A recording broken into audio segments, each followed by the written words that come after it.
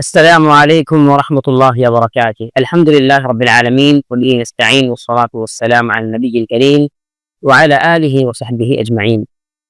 عزیز ساتھیوں اور پیاری بہنوں، آج کے اس درس میں انشاءاللہ واجبات نماز اس موضوع پر ہم کچھ چیزیں سیکھنے کی کوشش کریں گے. نماز کے واجبات یہ جمع ہے، پلورل ہے، اس کا سنگولر واحد آتا ہے واجب. یہ عربی کا لفظ ہے، اردو میں بھی اس کا استعمال عام ہے. یہاں جب ہم کہہ رہے ہیں نماز کے واجبات تو مراد ایک مصلی پر، ایک نمازی پر جو چیزیں نماز میں واجب ہوتی ہے، ضروری ہوتی ہے کرنا، ان کا بیان انشاءاللہ اس میں ہم دیکھیں گے. یہاں وہی مراد ہے. اصل موضوع پر آنے سے پہلے، نماز کے واجبات کو جاننے سے پہلے اس بات کو سمجھ لیجئے کہ واجب کو ترک کرنا جائز نہیں ہے. کسی بھی واجب کو نماز کے اندر جو واجب ہے ایک نمازی کے لیے، اس کو ترک کرنا جائز نہیں ہے جان بوجھ کر. اگر کوئی نمازی جان بوجھ کر کسی واجب چیز کو چھوڑ دیتا ہے، اس کی نماز باطل ہو جائے گی. اور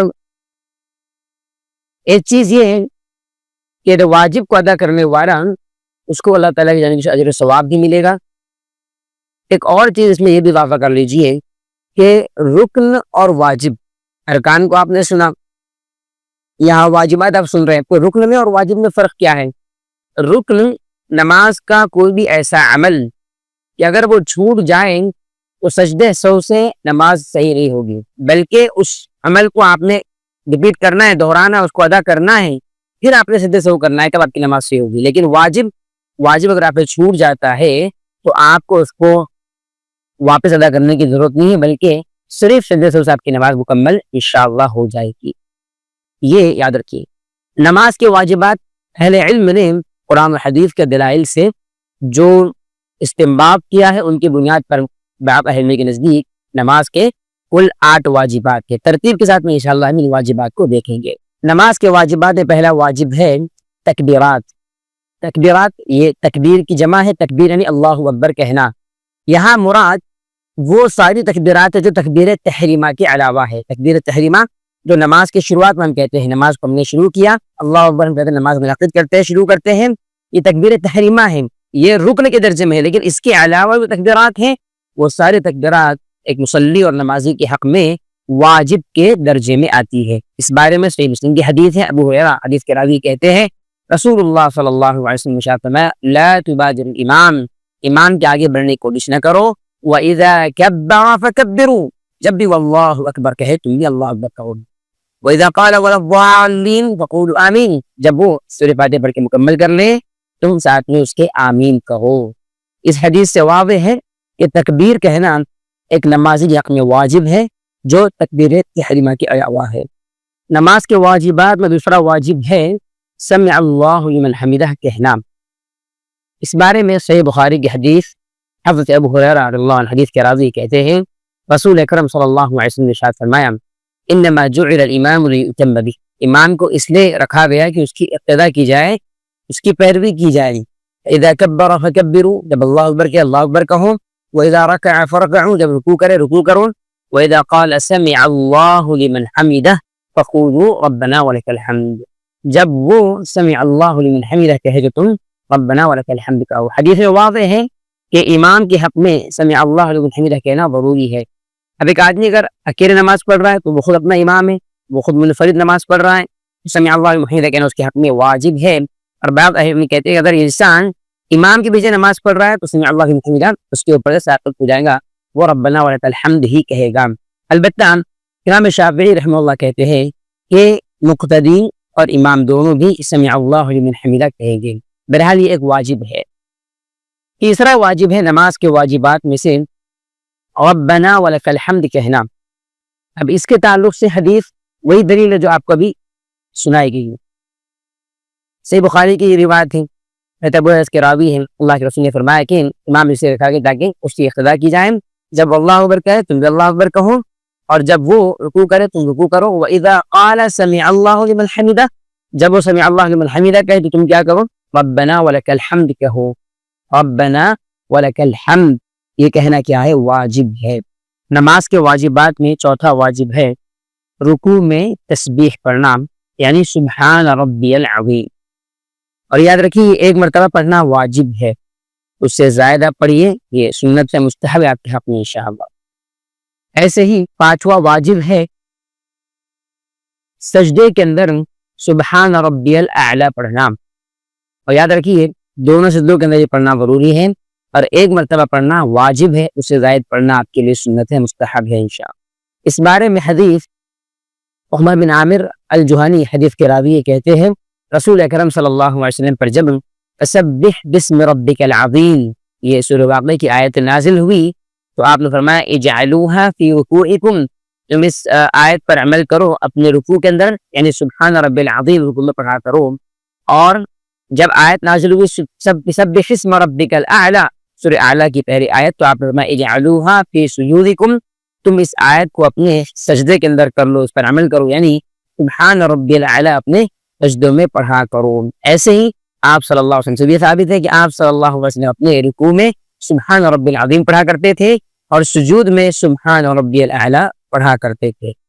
سبحان ربی العظیم رکوع کے اندر ایک مرتبہ واجب ہے، اور سجدے کے اندر سبحان ربی الاعلی ایک بار واجب، اس سے زیادہ کی باری پڑھ سکتے ہیں۔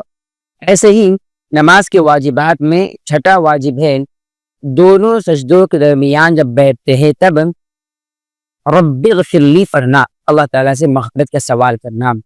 حضرت حذیفہ حدیث کے راوی یہ کہتے ہیں رسول اکرم صلی اللہ علیہ وسلم جب دونوں سجدوں کے درمیان بیٹھا کرتے تو آپ رب اغفر لی کہا کرتے تھے، آپ صلی اللہ علیہ وسلم دعا پڑھا کرتے تھے۔ اس کے علاوہ اور بھی دعائیں آپ صلی اللہ علیہ وسلم ثابت ہیں، لہذا کم سے کم درجہ یہ ہے کہ رب اغفر لی اس کو پڑھنا واجب، اس کو چھوڑنا درست نہیں ہے۔ ساتواں واجب نماز کے واجبات میں سے یہ ہے کہ انسان 4 رکعت والی نمازوں میں جو پہلا تشہد ہے دوسری رکعت میں جو کیا جاتا ہے اس کو پڑھیں۔ التحیات للہ والصلوات والطیبات والسلام علیک ایھا النبی ورحمۃ اللہ وبرکاتہ، السلام علینا وعلی عباد اللہ الصالحین، اشہد ان لا الہ الا اللہ واشہد ان محمد عبدہ ورسولہ۔ اور اس تشہد کو پڑھنے کے لیے جلوس بیٹھنا یہ بھی نماز کی واجبات میں سے ہے۔ سنن صحیح بخاری کی روایت میں یہ بات آئی ہے کہ اللہ کے رسول صلی اللہ علیہ وسلم نے ایک دفعہ صحابہ کو نماز پڑھائی۔ حدیث کی روایت کرنے والے عبداللہ بن مالک ہے، کہتے ہیں کہ اللہ کے رسول صلی اللہ علیہ وسلم ایک مرتبہ نماز پڑھائی، ہمیں دوسری رکعت میں آپ بیٹھنے کے بجائے کھڑے ہو گئے، دوسری رکعت میں آپ بیٹھنے کے بجائے کھڑے ہو گئے آپ، اور جب آخری رکعت تھی آپ صلی اللہ علیہ وسلم نے سلام پھیرنے سے پہلے اللہ اکبر کہہ کر 2 سجدے کیے، سجدہ سہو جو ہے، اور اس کے بعد پھر آپ نے سلام پھیر دیا۔ لہذا اس حدیث سے یہ بات واضح ہو گئی کہ پہلا تشہد واجب ہے اور اس کے لیے بیٹھنا بھی واجب ہے۔ یہ کل نماز کے 8 واجبات ہوئے، ان کو آپ نے اپنے ذہن میں رکھنا ہے، اور واجبات کے تعلق سے یاد رکھیے اگر واجب کو انسان جان بوجھ کر چھوڑ دے نماز باطل ہو جاتی ہے، اس کو نماز پوری طرح سے پڑھنا پڑے گا، اور اگر غلطی سے بھول کر انسان سے وہ چھوٹ جائے تو اس کا کفارہ یہ کہ انسان نماز ختم کرنے سے پہلے سلام پھیرنے سے پہلے یعنی آخر تشہد میں سلام پھیرنے سے پہلے 2 سجدے کر لے، سجدہ سہو جسے ہم کہتے ہیں، اور پھر سلام پھیر کے اپنے نماز کو مکمل کر لیں، اس کی بھرپائی سجدوں کے وجہ سے ہو جائیں گی انشاءاللہ۔ عزیز بھائیوں اور پیاری بہنوں، اللہ کے رسول صلی اللہ علیہ وسلم سے مختلف دعائیں نماز میں پڑھنا ثابت ہے۔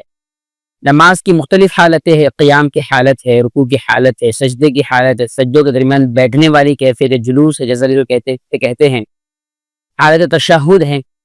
تو ان ساری حالتوں میں اللہ کے رسول صلی اللہ علیہ وسلم سے مختلف دعائیں ثابت ہوتا یہ ہے کہ ہم صرف ایک ہی دعا پر بس کر دیتے ہیں، ایک ہی ذکر پر اکتفا کر دیتے ہیں جو معروف ہے، مشہور ہے، لوگوں کی زبان پر عام ہے۔ ہونا یہ چاہیے کہ اللہ کے رسول صلی اللہ علیہ وسلم جتنے اذکار اور جو دعائیں پڑھا کرتے تھے ان کو ہم یاد کریں، سیکھیں اور ان کو عمل میں لائیں۔ اب آئیے ہم دیکھتے ہیں بعض وہ دعائیں جو اللہ کے رسول صلی اللہ علیہ وسلم کا معمول تھیں اور نماز میں آپ ان کو پڑھا کرتے تھے، اور جن کو عام طور پر بہت سارے لوگ جانتے تک نہیں ہے، تو پڑھنا تو بہت آگے کی بات۔ حالت قیام میں ایک نمازی جب کھڑا ہوتا ہے، اللہ کے رسول صلی اللہ علیہ وسلم جب اللہ اکبر کہہ دیتے ہیں تو سورۃ الفاتحہ کی شروعات سے پہلے آپ صلی اللہ علیہ وسلم سے بہت ساری دعائیں ثابت ہیں۔ ان میں ایک دعا جو صحیح بخاری صحیح مسلم کی حدیث میں آئی ہے، بڑی مشہور دعا، زیادہ تر اس کا اہتمام ہونا چاہیے اور آپ کا معمول بھی تھا، وہ دعا کون سی ہے؟ اللہم باعد بینی و بین خطایای کما باعدت بین المشرق والمغرب اللہم نقنی من الخطایا کما ينقى الثوب الابیض من الدنس اللہم اغسلنی من خطایای بالماء والثلج والبرد. کیا معنی ہے؟ معنی ہے اے اللہ میرے درمیان اور میرے گناہوں کے درمیان ایسے دوری ڈال دے جیسے تو نے مشرق اور مغرب کے درمیان دوری رکھی ہے. اے اللہ مجھے اپنی برائیوں سے اپنے گناہوں سے پاک اور صاف کر دیں جیسے ایک صاف ستھرے اور سفید کپڑے کو لباس کو گندگی سے پاک کیا جاتا ہے. اے اللہ مجھے اپنی گندگیوں سے مجھے اپنے گناہوں کی غلاظت سے پاک کر دیں پانی سے اور ٹھنڈے پانی سے اور برف سے. حدیث کے اندر کتنے پیارے الفاظ وارد ہیں. ایک مسلمان جب دعا کرے گا ان الفاظ کے ساتھ کیا اس کے گناہ معاف نہیں کیے جائیں گے؟ بالکل. ہر مسلمان کی حاجت کی ضرورت ہے کہ اس کے گناہ معاف ہو. دعا کے اندر ان کلمات کا اگر وہ سہارا لیتا ہے تو اس کی دعا ضرور قبول ہوگی، کیونکہ دعا کے وہ کلمات ہیں جن کے اوپر اللہ کے رسول نے عمل کیا ہے، جو اللہ کے رسول کے کلمات ہیں جن کو آپ پڑھا کرتے تھے. کتنی بڑی سعادت. ایسے ہی ابو داود اور ابن ماجہ کی روایت میں اللہ کے رسول صلی اللہ علیہ وسلم سے ایک اور دعا ثابت ہے اسی حالت کے اندر. دعا کیا ہے؟ بڑی آسان ہے. 3 بار آپ پڑھا کرتے تھے اللہ اکبر کبیرا اللہ اکبر کبیرا اللہ اکبر کبیرا. یہ 3 بار آپ پڑھتے والحمد للہ کثیرا والحمد للہ کثیرا والحمد للہ کثیرا. پھر 3 بار وسبحان اللہ بکرۃ واصیلا وسبحان اللہ بکرۃ واصیلا وسبحان اللہ بکرۃ واصیلا. معنی کیا ہے؟ پہلا والا جملہ جو 3 بار پڑھا گیا اللہ تعالیٰ کی بڑائی کا ذکر اس میں، یعنی میں اعتراف کرتا ہوں، میں گواہی دیتا ہوں کہ اللہ تعالیٰ سب سے بڑا ہے. اور والحمدللہ کثیرا، ساری خوبیاں ساری تعریفیں صرف ایک اللہ تعالیٰ کے لیے ہے. بہت زیادہ تعریف، کثیراً بہت زیادہ. تیسرا جملہ وسبحان اللہ بکرۃ واصیلا، صبح ہو یا شام ہو اللہ تعالیٰ کی ذات ہر عیب سے نقص سے پاک ہے. اللہ تعالیٰ کے لیے صبح شام پاکیزگی ہے.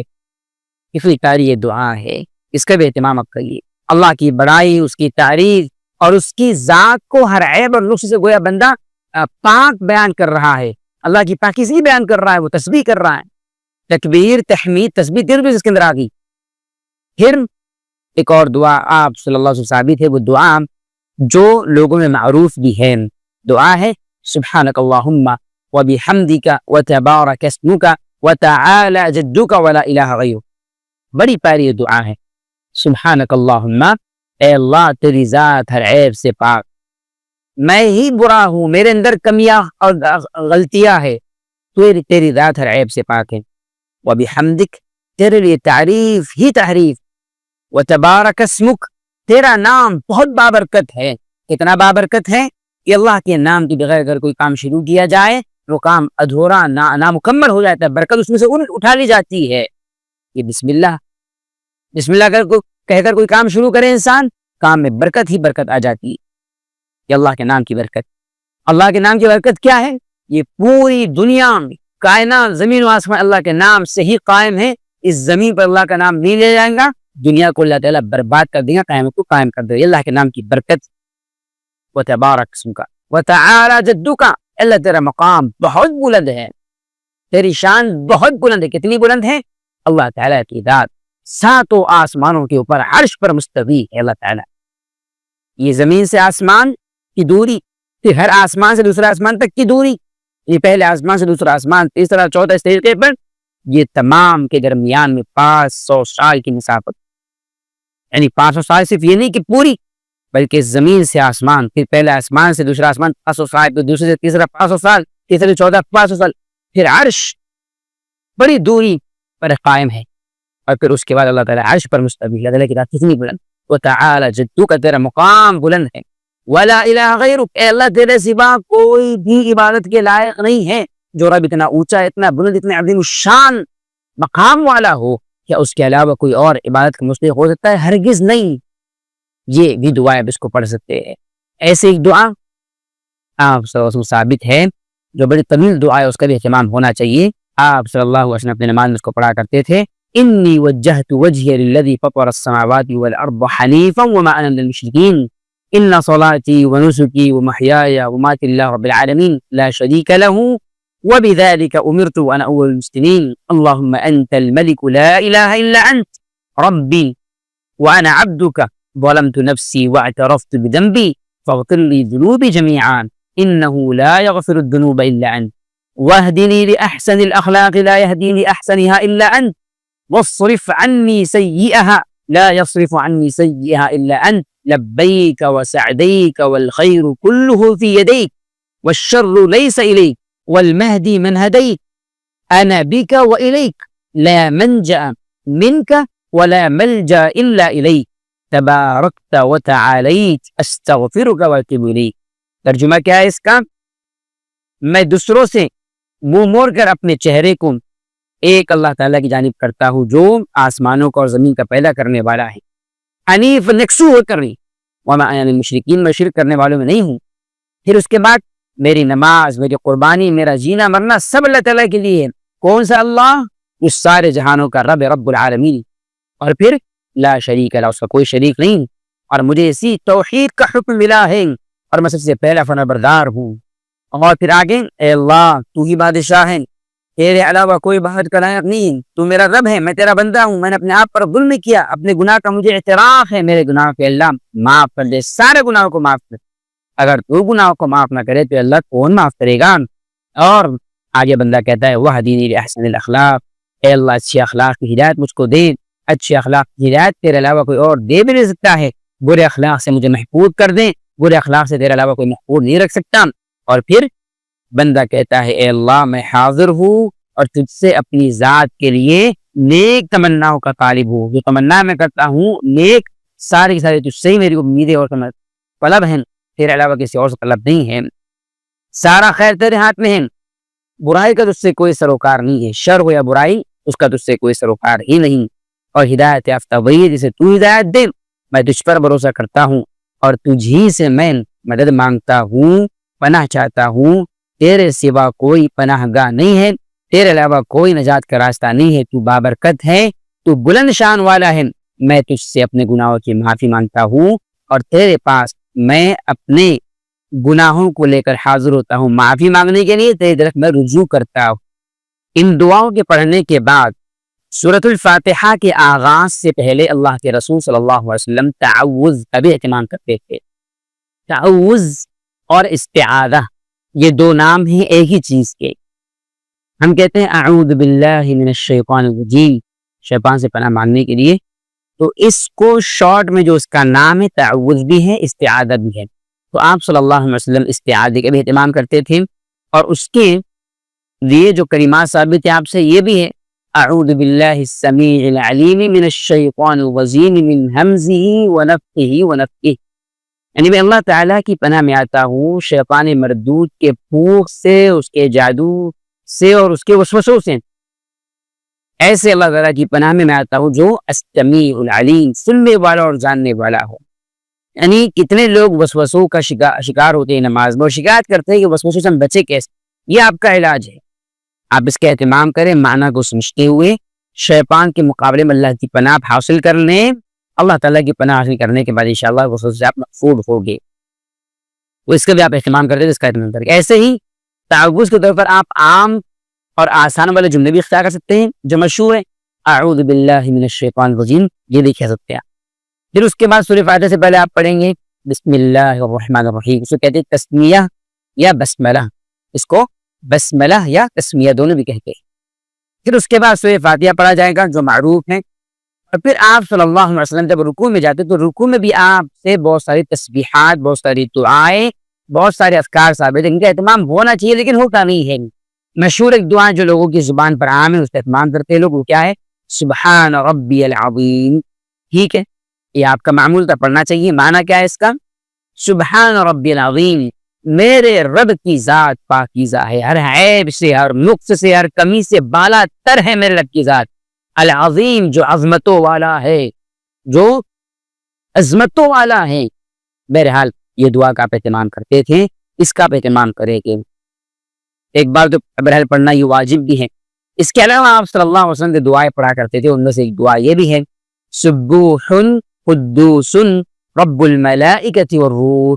سبوح قدوس, دونوں کا معنی یکساں ہوتا ہے, یعنی اللہ تعالیٰ کی ذات ہر عیب سے پاک ہے. اللہ تعالیٰ کی ذات ہر عیب سے پاک ہے. ایسا اللہ سبوح جو اکیلا پوری دنیا کو پیدا کرنے والا ہے. قدوس میرے اللہ کی ذات پاکیزہ ہے. ایسا اللہ جو اکیلا ہر قسم کی بات کا مستحق ہے. رب الملائکۃ, ایسا رب جو سارے فرشتوں کا رب ہے, یعنی مخلوقات میں ایک بڑی عظیم مخلوق جو اللہ کی نافرمانی کبھی نہیں کرتی. یہ فرشتے اللہ تعالیٰ کی بڑی عظیم الشان مخلوق ہیں. تو دعا میں ہم کیا کہہ رہے ہیں, رب الملائکہ ہمارا رب فرشتوں کا رب ہے, والروح اور روح الامین کا بھی رب ہے. روح الامین کون ہے؟ فرشتوں کے سردار سید الملائکہ حضرت جبریل علیہ السلام. یہ اللہ تعالیٰ کے بڑے عظیم فرشتے ہیں, بڑی عظیم مخلوق ہے. کبھی اللہ کی نافرمانی نہیں ہوتی ہے فرشتوں کے ذریعے سے. وہ بندہ کیا کہتا ہے, میں اپنے رب کی پاکیزگی بیان کرتا ہوں جو صرف فرشتوں کا نہیں بلکہ روح امین کا بھی رب. آپ صلی اللہ علیہ وسلم رکوع میں ایک اور دعا کا اہتمام کرتے تھے. وہ دعا ہے سبحانک اللہم ربنا وبحمدک اللہم اغفر. اے اللہ تیری ذات ہر عیب سے پاک, تیرے لیے تعریف ہی تعریف ہے, اور اے ہمارے رب اللہم اغفر, میرے گناہ کو معاف کرنا ہے. کتنی پیاری دعا ہے. اللہ سے گناہوں کی معافی مانگنے کے لیے اس کی تسبیح اور اس کی تحمید کرنے کے بعد بندہ گناہوں کی معافی نہیں کرے. بھلا ایسا رب جس کی تعریف کی جائے, جس کی تسبیح کی جائے, وہ گناہوں کو معاف نہیں کرے گا؟ بالکل معاف, اس کا بھی اہتمام کر سکتے. ایسے ہی آپ صلی اللہ علیہ وسلم سے ایک اور دعا رکوع میں ثابت ہے, سبحان ذی الجبروت والملکوت والکبریاء والعظمہ. اس رب کی ذات پاکیزہ ہے ہر عیب سے, جو بادشاہت والا ہے, قوت اور طاقت والا ہے, کبریائی اور بڑائی والا ہے, والعظمہ عظمتوں والا ہے. ایسے ہی آپ صلی اللہ علیہ وسلم سے ایک اور دعا ثابت ہے رکوع کی حالت میں ہی. دعا کیا ہے؟ اللہم لک رکعت ولک اسلمت وبک آمنت وعلیک توکلت خشع سمعی وبصری للہ رب العالمین.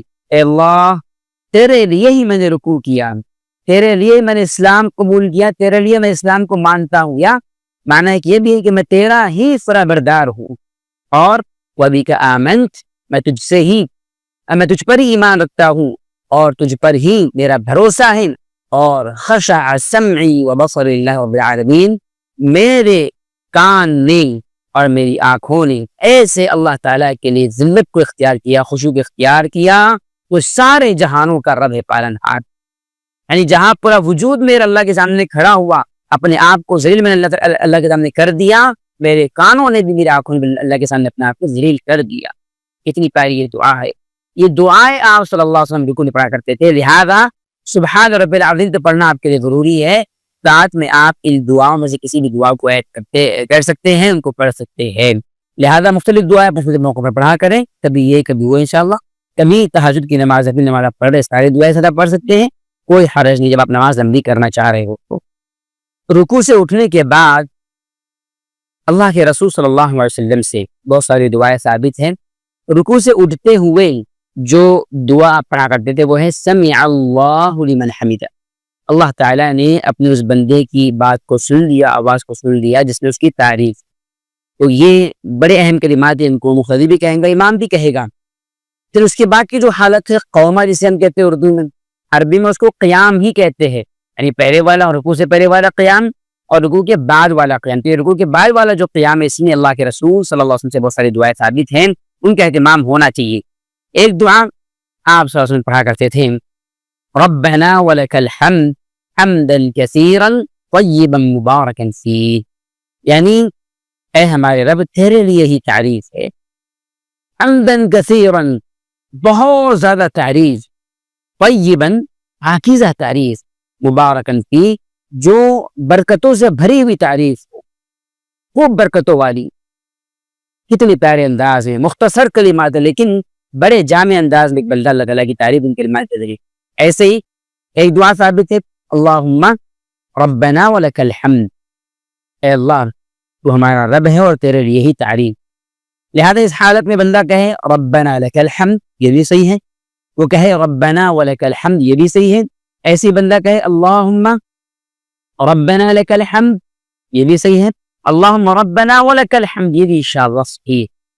اس کے علاوہ آپ صلی اللہ علیہ وسلم سے جو ثابت ہے دعا آپ کہاں کرتے تھے اللہم ربنا لک الحمد ملء السماوات وملء الارض وملء ما شئت من شيء بعد اهل الثناء والمجد احق ما قال العبد وكلنا لك عبد اللهم لا مانع لما اعطيت ولا معطي لما منعت ولا ينفع ذا الجد منك الجد.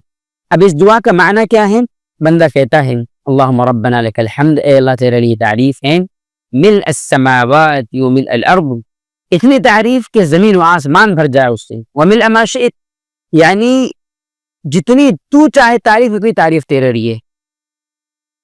اہل الثناء والمجد، اے اللہ تیری تعریف تو ہی کر سکتا ہے، مخلوقات میں سے کوئی تیری تعریف تو بیان بھی نہیں کر سکتا. کسی کی سکت نہیں، کسی کی ہمت نہیں، کسی کے اندر یہ صلاحیت ہے بھی نہیں کہ تیری تعریف بیان کرے. کیوں؟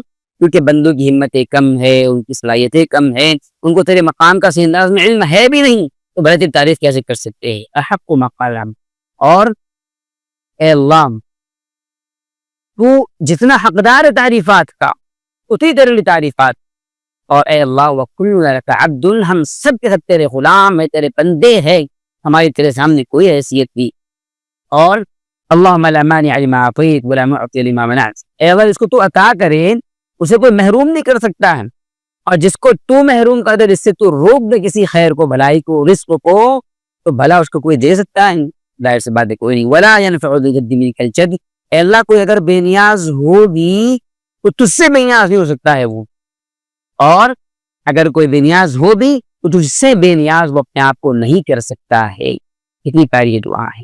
ایسے ہی اس حالت میں اللہ کا رسول دعا پڑھا کرتے تھے اللہم طہرنی بالثلج والماء والبرد، صحیح مسلم کی حدیث. یعنی اے اللہ مجھے تو پاکیزہ کر دے گناہوں سے، ٹھنڈے پانی سے اور برف کے ذریعے سے، یعنی مجھے اچھے انداز میں تو اپنے گناہوں سے بھول دے. تو یہ دعا ہے اللہ کا رسول قیام یا قومی کی حالت میں پڑھا کرتے تھے، ان کا ہم اہتمام کرے گی. اب آئیے آگے ہم بڑھتے ہیں. آپ صلی اللہ علیہ وسلم سجدے کی حالت میں جو دعائیں پڑھتے ہیں ان میں مشہور دعا جو لوگوں کی زبان پہ عام ہے سبحان ربی الاعلی. رکوع میں سبحان ربی العظیم، یہاں پر سبحان ربی الاعلی، معنی ہے کہ میرے رب کی ذات پاکیزہ ہے عیب سے، جو کیا ہے الاعلی، بلند ترین. ایک اور دعا اللہ کے رسول صلی اللہ علیہ وسلم سجدے پڑھا کرتے تھے، وہ دعا ہے سبوح قدوس رب الملائکۃ والروح، میرے رب کی ذات پاکیزہ ہے جو فرشتوں کا بھی اور روح الامین کا رب ہے. ایسے ہی ایک اور دعا جو رکوع میں بھی ثابت اللہ کے رسول سے آپ پڑھا کرتے تھے سبحانک اللہم ربنا وبحمدک اللہم اغفر لی، اے اللہ تیری ذات ہر عیب سے پاک ہے، تیرے لیے تعریف ہی تعریف ہے، تمہارا رب ہے، اے اللہ میرے گناہوں کو معاف فرما دے. ایسے ہی آپ سوشل دعائیں پڑھا کرتے تھے جو رکوع میں ثابت ہے لیکن الفاظ تھوڑے مختلف. اللہم لک سجدت ولک اسلمت وبک آمنت وعلیک توکلت خشع سمعی وبصری للہ رب العالمین. یعنی اے اللہ میں نے تیرے لیے سجدہ کیا ہے اور میں نے تیری فرمانبرداری اختیار کی، تجھ پر ایمان لایا، تجھ پر بھروسہ کیا، میرے کان نے اور میری آنکھوں نے اللہ رب العالمین کے لیے خشوع اور ذلت پہ اختیار کر لیا، اپنے آپ کو اللہ کے سامنے ڈال دیا ذلیل کر کے.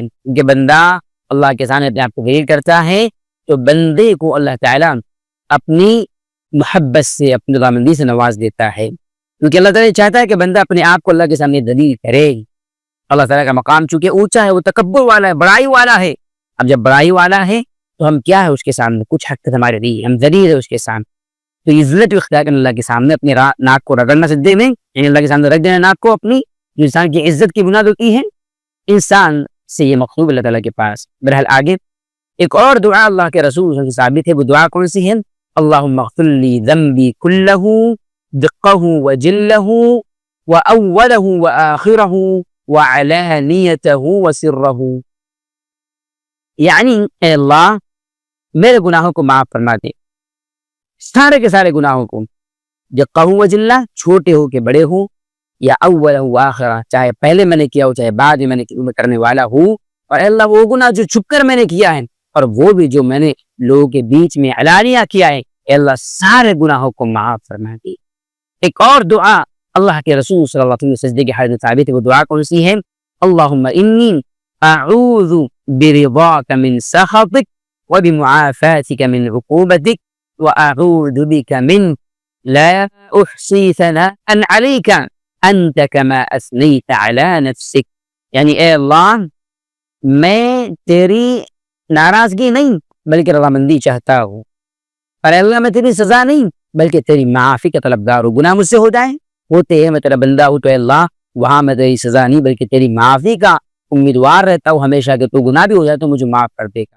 اور اے اللہ میں تجھ سے ڈر کر تجھ سے پناہ مانگتا ہوں، تجھی سے، یعنی اللہ میں تجھ سے خوف کے مارے تجھ سے ڈرتا ہوں، تو میرے لیے پناہ گاہ تیرے علاوہ کوئی اور ہے نہیں۔ یہ بڑی عجیب و غریب بات ہے، انسان جب کسی چیز سے ڈرتا ہے، کسی مخلوق سے، کسی بھی چیز سے، اس سے دور بھاگتا ہے، لیکن اللہ سے انسان ڈرتا ہے تو اس کو اللہ تعالیٰ سے ڈرنے کے بعد کس کے پاس ہے؟ اللہ کے پاس ہی جانا ہے، اللہ سے ہی پناہ مانگنا ہے اس کو۔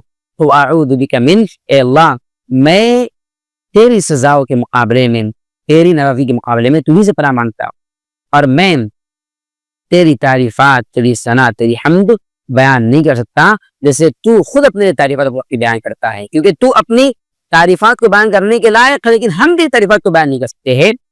تو اللہ ہم اس بات سے عاجز کی تیری تعریف کو ویسے انداز سے بیان کرے جیسے تو نے اپنے تعریف کو بیان کیا ہے۔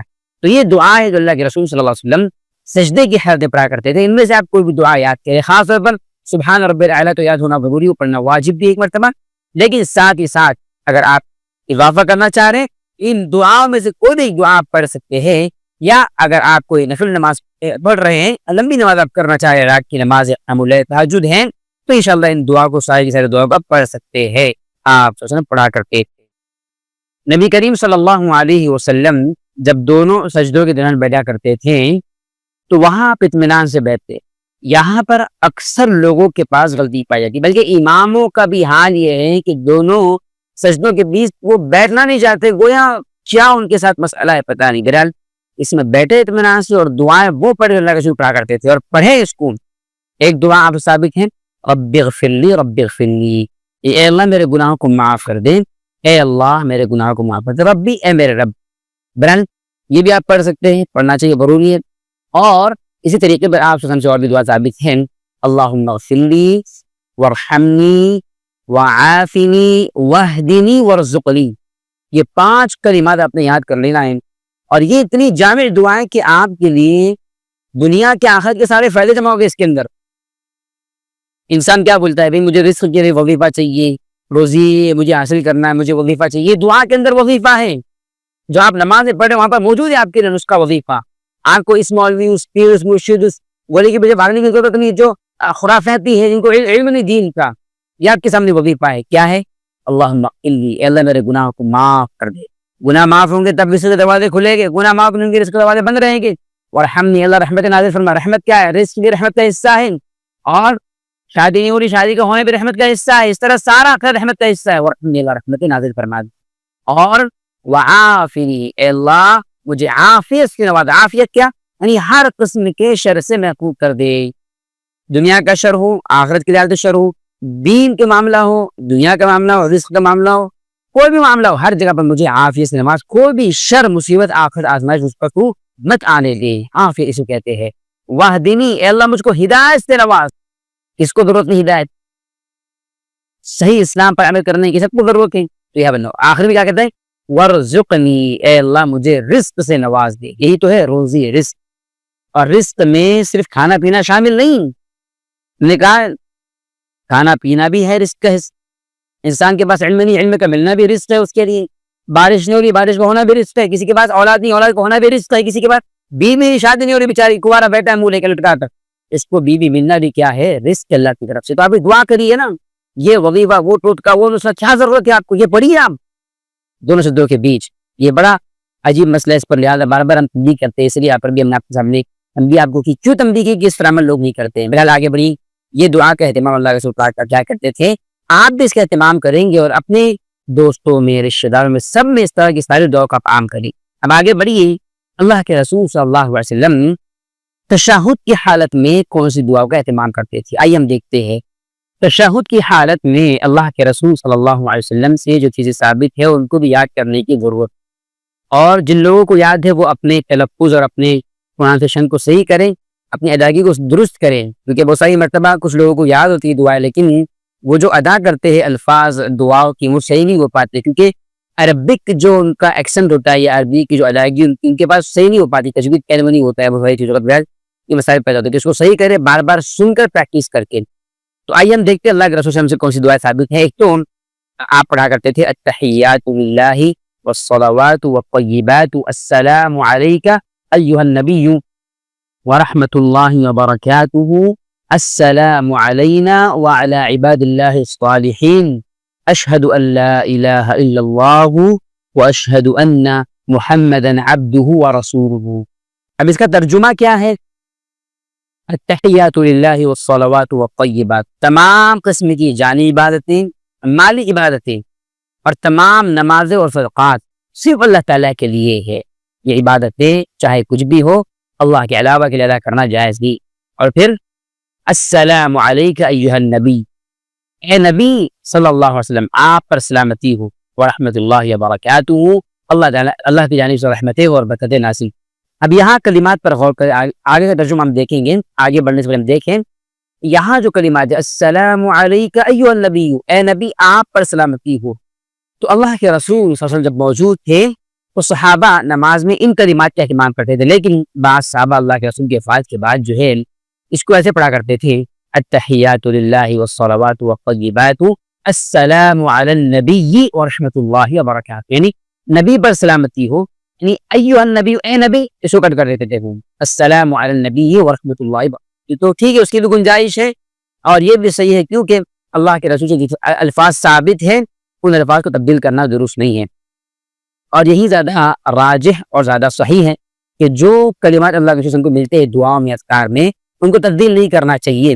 بہرحال صحابہ کا اپنا اجتہاد تھا، وہ تو بڑے مقام والے ہیں، ان کا اپنا اجتہاد بھی قابل مبارک ہے اور ان کو اس پر اجر ملتا ہے۔ تو ہم پڑھیں گے السلام علیکم، یہ نبی جو ثابت ہے، مشہور ہے۔ آگے ہم پڑھیں ایھا النبی ورحمۃ اللہ وبرکاتہ السلام علینا وعلی عباد اللہ الصالحین، ہم پر بھی اور اللہ کے سارے نیک بندوں پر اللہ کی جانب سے سلامتی ہو۔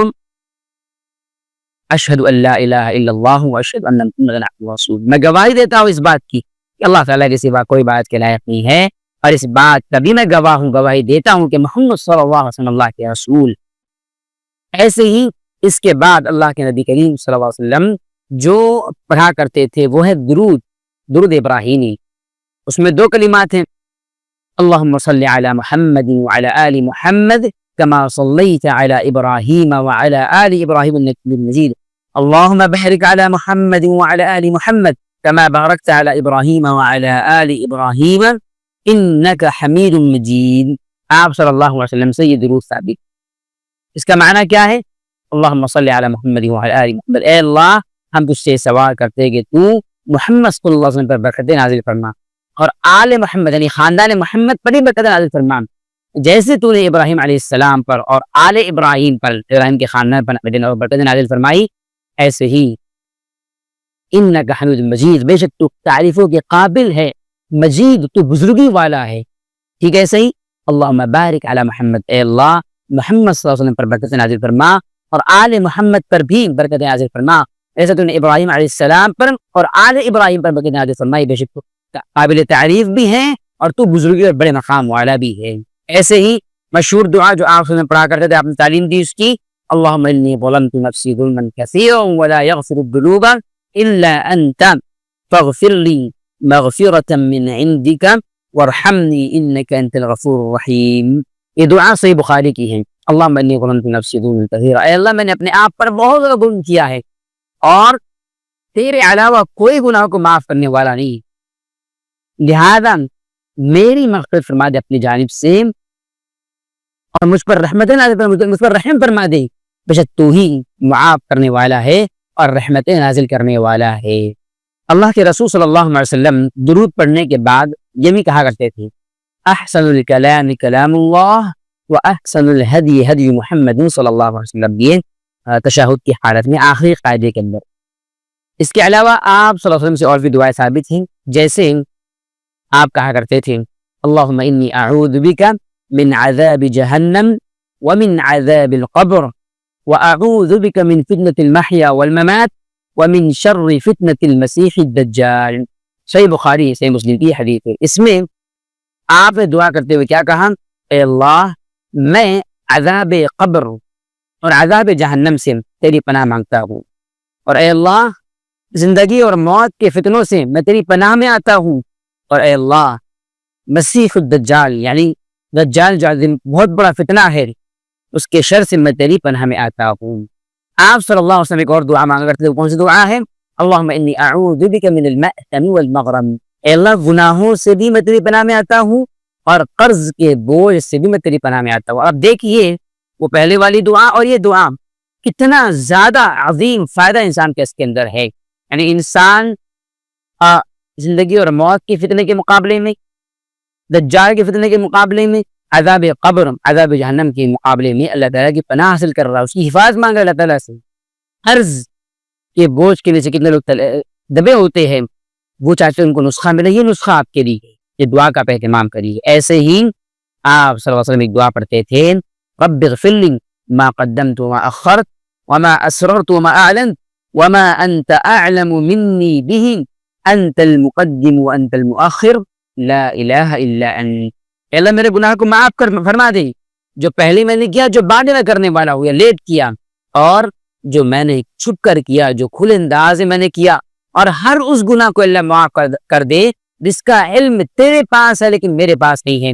اور بے شک اے اللہ تو ہی آگے اور پیچھے کرنے والا، یعنی لوگوں کو ہر چیز میں، عزت میں، منصب میں، اور اجر و ثواب میں، فضل میں، نیکی میں آگے پیچھے تو ہی کرتا ہے، اور تیرے علاوہ کوئی بھی عبادت کے لائق اور مستحق نہیں ہے.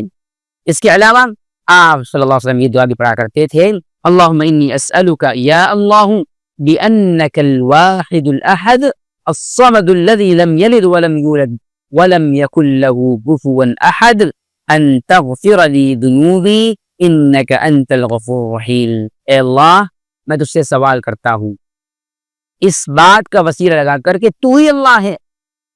کیسا اللہ؟ الواحد الاحد، اکیلا ہے، تنہا ہے، اور تو بے نیاز ہے، تیرے علاوہ کوئی بات کے لائق نہیں ہے کہ اللہ تو میرے گناہوں کو معاف فرما دے، تو ہی گناہوں کو معاف کرنے والا ہے.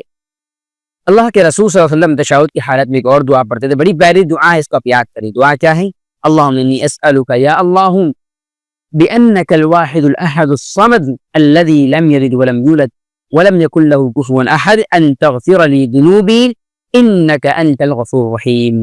اے اللہ میں تجھ سے سوال کرتا ہوں، تجھ سے مانگتا ہوں اس بات کا حوالہ دے کر کہ تو ہی اللہ ہے، ایسا اللہ جو اکیلا ہے، تنہا ہے، بے نیاز ہے، جس نے نہ اولاد جنی نہ تو کسی کی اولاد ہے، اور اے اللہ تیرا کوئی ہمسر اور برابری والا نہیں ہے.